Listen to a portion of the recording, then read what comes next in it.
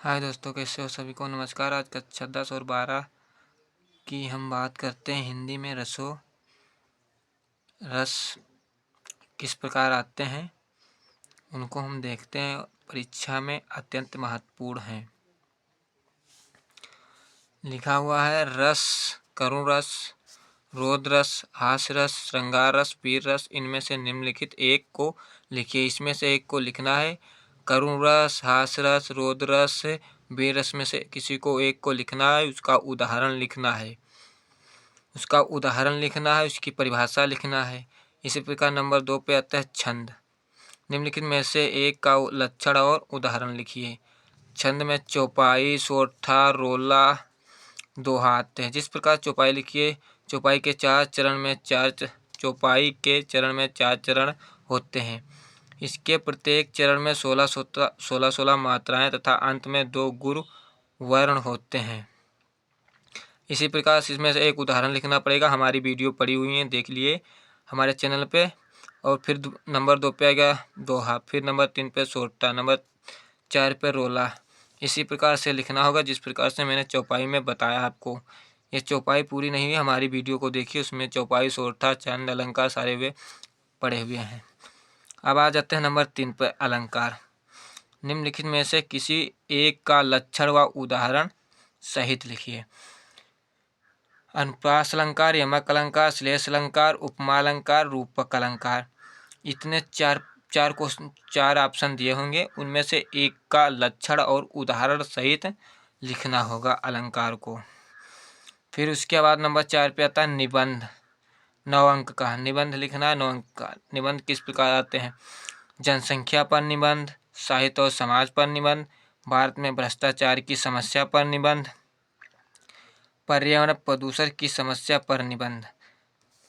इसमें किस प्रकार लिखना है। पहले उसकी प्रमुख विचार लिखना है, फिर स्वाभाविकता लिखना है, फिर अर्थ क्या है, फिर क्षेत्र क्या है, फिर कर्तव्य क्या है, फिर कामना क्या है, भावना क्या है। मतलब उसमें निबंध में क्या क्या बताया गया है, इस प्रकार से हमें लिखना है। और दूसरी तरफ चलते हैं। फिर आलोक व्रत आता है। इसमें कौन कौन से जिले में आता है। सारे जिलों में नहीं आता है, कुछ जिलों में आलोक व्रत आता है, दूसरे जिलों में और आता है। हम खास सीतापुर के लिए बनाए हुए हैं। सहारनपुर, अलीगढ़, इलाहाबाद, फर्रुखाबाद, सीतापुर, मिर्ज़ापुर, सोनभद्र जनपदों के लिए अत्यधिक महत्वपूर्ण है। किस प्रकार से आएंगे। लिखा होगा आलोक व्रत के द्वितीय सर्ग का कथनांक संक्षेप में लिखिए। आलोक व्रत खंड काव्य के आधार पर महात्मा गांधी जी के अफ्रीका प्रवास तृतीय सर्ग के जीवन पर प्रकाश डालिए। इसमें बताया गया है कि गांधी जी जब अफ्रीका में गए तो उसके प्रवास तृतीय सर्ग में क्या बताया गया है, उसी को हमें लिखना है। अगर आपके पास कक्षा 10 या 12 का मॉडल पेपर है तो पेज नंबर 87 पर जाके देखिए, उसी में सब लिखा हुआ है दोस्तों। फिर आएंगे रचना और कवि। रचना किसकी है। ये रचना होंगी, ये कवि की। मेला आचर फणीश्वर नाथ रेणु की। अन्य से अनन्या प्रभा सब खेतान की। चिंतामणि आचार्य रामचंद्र शुक्ल की। रस मीमांसा जैसी ग्रंथावली, ये सभी आचार्य रामचंद्र शुक्ल की हैं। अपनी कहानी दीपशिखा, नीरजा, स्मृति की रेखाएं, पथ के साथी, मेरा परिवार महादेवी वर्मा की। चंद्रगुप्त, अजातशत्रु, ध्रुवसाम्नी, स्कंदगुप्त, कायमनी, जयशंकर प्रसाद की हैं। मेलाचल, धरती, परिकथा, पंचलाइट, शतरंज के खिलाड़ी, ये सभी फणीश्वर नाथ की हैं। गोदान, कर्मभूमि, सेवा सदन, गबन राम, रंगभूमि, ये सभी आचार्य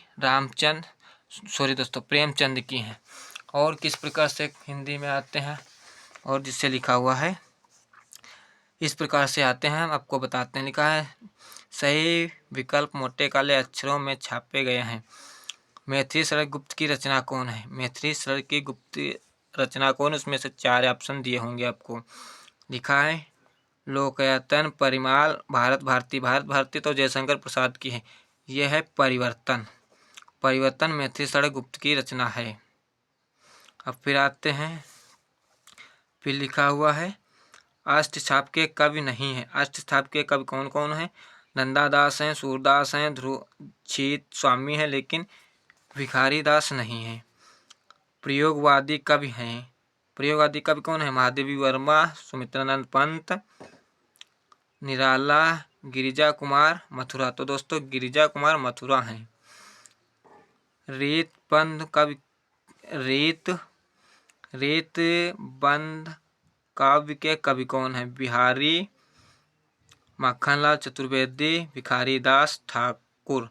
तो इसमें दोस्त हैं भिखारी दास।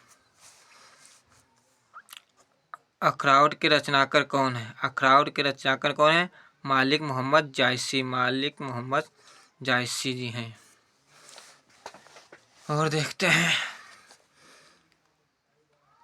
जनवादी कवि के वृद्ध यात्राई में आते हैं। कौन आता है? नागार्जुन, त्रिलोचन शास्त्री, केदारनाथ अग्रवाल। इनमें गा आता है। भक्तिकाल की रचना है। भक्तिकाल की रचना किसकी है? क्या होगा ये? भक्तिकाल की रचना कौन है? विनय पत्रिका। काव्य गंगा किसके दरबारी हैं? किसके हैं? अकबर के। कृष्ण भक्ति शाखा का प्रथम कवि कहते हैं विद्यापति को।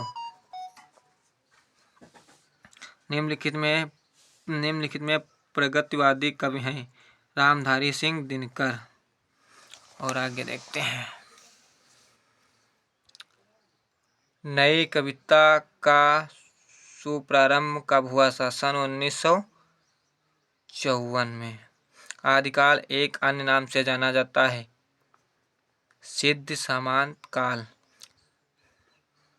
रेतकाल का दूसरा नाम है श्रृंगार काल। निम्नलिखित में से कृष्ण भक्ति शाखा के कवि नहीं है। कौन नहीं है? नाभादास। निम्नलिखित में से कौन सगुण भक्ति शाखा के कवि नहीं हैं? जयसी जी। रीतकाल कवि की रचना की है। किसने की है? घनानंद ने। निम्नलिखित में से कौन सा कवि छायावाद के 4 प्रमुख स्तंभों से नहीं है? कौन नहीं है? जगन्नाथ दास रत्नाकर। चलो दोस्तों, हम अगली वीडियो आपको कुछ मिनट बाद बना के देंगे। तब तक इतना ही आपके लिए काफ़ी।